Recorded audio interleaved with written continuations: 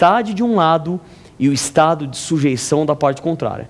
É o direito de influenciar a esfera jurídica de outrem, cabendo a esse outrem apenas aceitar. Portanto, se o empregado ele recebeu o aviso prévio, se ele for despedido sem justa causa, ele que vai escolher naquele momento. Ou trabalhar 2 horas a menos diariamente, ou faltar 7 dias corridos.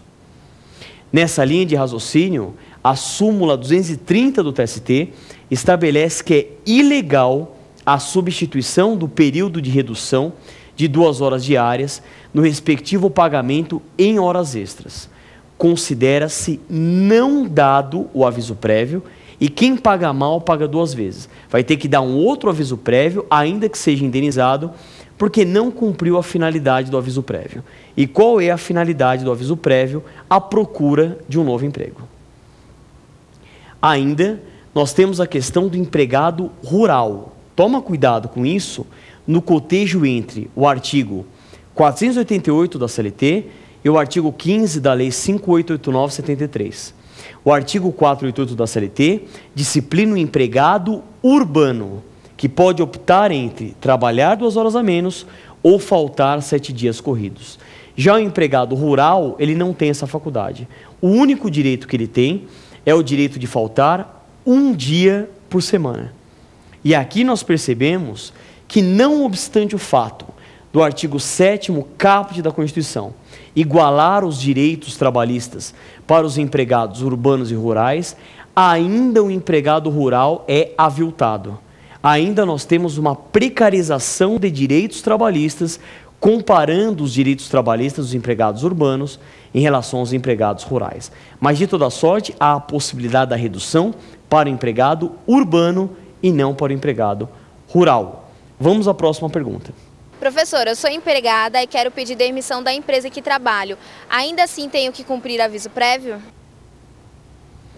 Olha, como nós comentamos no bloco 1, essa é uma dúvida muito comum. O que eu já tive de cliente, aluno e pessoas mesmo perguntando, não é brincadeira. É uma dúvida que acredito que você mesmo, que talvez não é da área, está assistindo o programa porque quer aprender mais sobre direito, ou mesmo você que milita na área, lida diariamente com clientes, e você que está prestando provas, essa dúvida ela é muito comum, uma dúvida natural. É uma dúvida relacionada às consequências jurídicas da ausência de aviso prévio. E como eu falei, isso deve ser estudado em 2 focos. O primeiro foco é a ausência do aviso prévio por parte do empregador. É uma consequência prevista no parágrafo 1º do artigo 487 da CLT. Ele fala, se por exemplo o patrão, ele despedir sem justa causa e não concedeu o aviso prévio será indenizado. Como assim? O empregador pagará ao empregado os salários dos dias respectivos, garantida sempre a integração desse período no contrato de trabalho. É o que nós chamamos de projeção ficta do aviso prévio indenizado, com reflexos em férias proporcionais, 13º proporcional, contribuição de fundo de garantia, indenização adicional e assim por diante.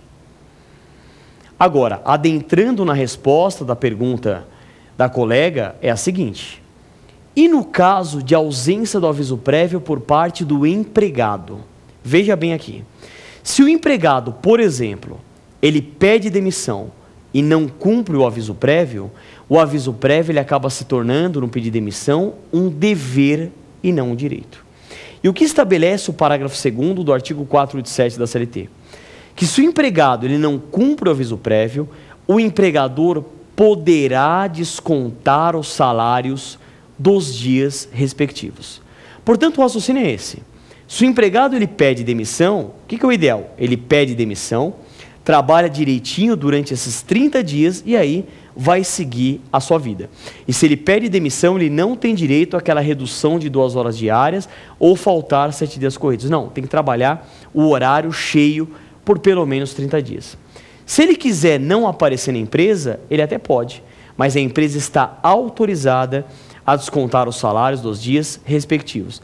Se a empresa não quiser descontar, ela até pode, mas ela está autorizada a realizar esse desconto, que é o que estabelece o parágrafo 2º do artigo 487 da CLT.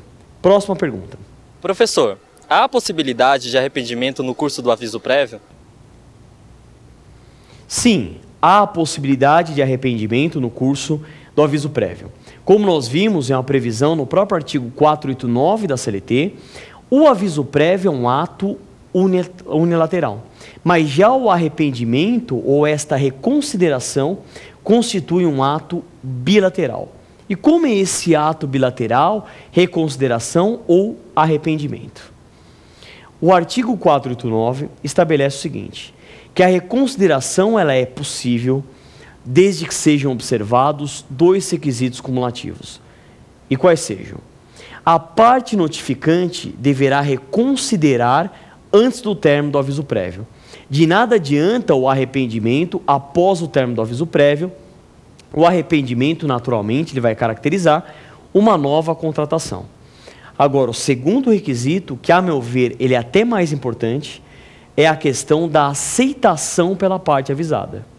Pode ser que ou o empregado ou o empregador não queira mais a continuidade daquele vínculo empregatício. Até porque o vínculo de emprego, muitas vezes, ele envolve confiança, ele envolve fidúcia. E dessa forma, o aviso prévio é um ato unilateral, já a reconsideração é um ato bilateral, dependendo de aceitação da parte contrária. E nessa linha de raciocínio, vale a pena mencionar a classificação da reconsideração. Nós temos a reconsideração expressa, que ela é feita de forma expressa, escrita ou expressa verbal, seria o arrependimento escrito ou verbal, e a reconsideração tácita, que eu ainda brinco nas minhas aulas, é como se fosse, entre aspas, dar uma de migué. Como assim dar uma de migué? O empregado, ele continua trabalhando mesmo após o término do aviso prévio. Então, por exemplo, teve o último dia do aviso prévio, no dia seguinte o empregado lá compareceu. O empregador não falou nada, essa continuidade da prestação de serviços após o término do aviso prévio caracteriza uma reconsideração tácita. E isto é possível e previsto no parágrafo único do artigo 489 da CLT. Ok? Vamos à próxima pergunta. Professor, no curso do aviso prévio indenizado, é possível a aquisição de algum tipo de estabilidade? Olha, essa é uma pergunta também muito interessante e a jurisprudência trabalhista ela vem passando por uma espécie de reformulação dos seus entendimentos. Qual foi o entendimento clássico ou tradicional até então? Que não se adquire estabilidade no curso do aviso prévio, nem trabalhado e muito menos indenizado.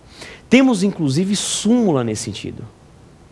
A súmula 369, inciso 5 do TST, estabelece que o empregado que se candidata a dirigente sindical no curso do aviso prévio indenizado, ele não adquire a estabilidade, a famosa estabilidade provisória do dirigente sindical, que vai do registro da candidatura e, se eleito, até um ano após o final do mandato, artigo 8º, inciso 8 da Constituição e artigo 543, parágrafo 3º da CLT. Então, se o empregado ele se candidata no curso do aviso prévio indenizado a um cargo de dirigente sindical, ele não adquire estabilidade. O mesmo raciocínio em relação a outras estabilidades, por exemplo, estabilidade do acidentado, estabilidade da gestante e assim por diante. Mas qual é a evolução que vem ocorrendo atualmente nos tribunais trabalhistas? Tivemos uma decisão o ano passado e uma decisão esse ano reconhecendo a aquisição da estabilidade provisória da gestante no curso do aviso prévio indenizado. A mulher teve a confirmação da gravidez no curso do aviso prévio indenizado e o próprio TST deu a estabilidade, reconheceu a estabilidade nesse caso. E esta evolução da jurisprudência, ela é pautada nos seguintes princípios e ideias.